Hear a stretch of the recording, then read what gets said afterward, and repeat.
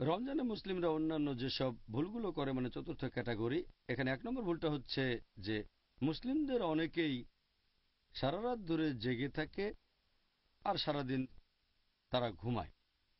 তারা রাতের বেলায় সব কাজ করে আর দিনে ঘুমায়। তারা বানিয়ে নিচ্ছে রাতকে দিন আর দিনকে রাত। এতে রোজার উদ্দেশ্যটাই পূরণ হচ্ছে না। এই ক্যাটাগরির দ্বিতীয় ভুলটা হচ্ছে যে মুসলিমদের অনেকেই তারা অলস বসে থাকে, দিনের বেলায় কোনো কাজই করে না। এটা সম্পূর্ণভাবে রোজার আসল উদ্দেশ্যের বিরুদ্ধে।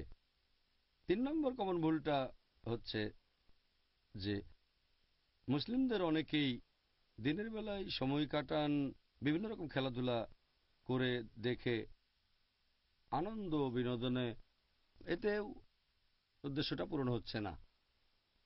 4 নম্বর কমন ভুল, মুসলিমরা অনেকেই জাঁকজমকপূর্ণ ইফতার পার্টি করেন, এভাবে অনেক টাকা খরচ করেন, সেটা লোক দেখানোর জন্য। 5 নম্বর কমন ভুল যে মুসলিমদের অনেকেই তারা তাদের পরিবারের মহিলাদেরকে ইফতার আর সাহরির জন্য অনেক পদের রান্না করতে বলে থাকে সবসময়।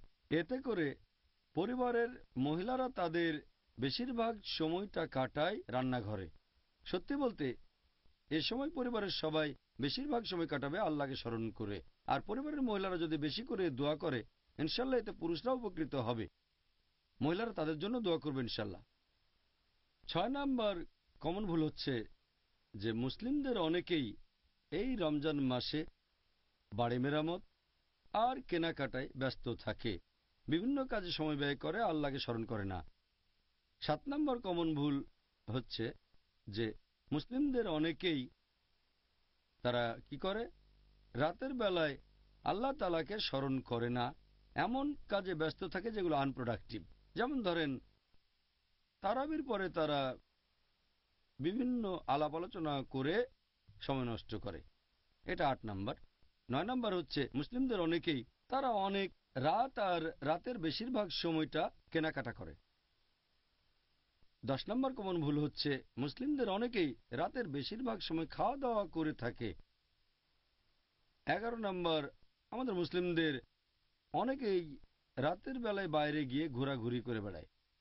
12 নম্বর কমন ভুলটা হচ্ছে পবিত্র রমজান মাসের শেষ 10টা দিন, এই দিনগুলোতে মুসলিমদের আরো বেশি করে ইবাদত করা উচিত, কিন্তু বেশিরভাগ মুসলিমই এ সময় ব্যস্ত থাকে কেনাকাটায়, আনন্দ করায়, ঈদের জন্য তারা প্রস্তুত হতে থাকে। এ সময় তারা এমন কাজের সাথে জড়িত থাকে যেগুলো আনপ্রোডাক্টিভ, যে সময় তাদের উচিত ছিল ইবাদত করা। এই হলো রোজার সময় করা অন্যান্য ভুলগুলোর কয়েকটা। আর আমি আশা করব ইনশাআল্লাহ মুসলিমরা ভবিষ্যতে এই ভুলগুলো থেকে বিরত থাকবেন।